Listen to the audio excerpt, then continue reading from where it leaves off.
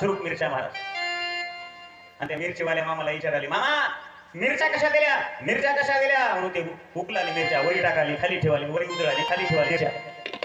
त्या मिरच्याचा ठसका उठला, सगळीकडे बाजारामध्ये ठसका उठला महाराज. सगळे शिंकरू लागले, कोणी ठोकरू लागलं. आणि तिला जे जे जे जे शीक आली महाराज, नाका सहित नथ मिरच्याच्या ठिकाणी दिली.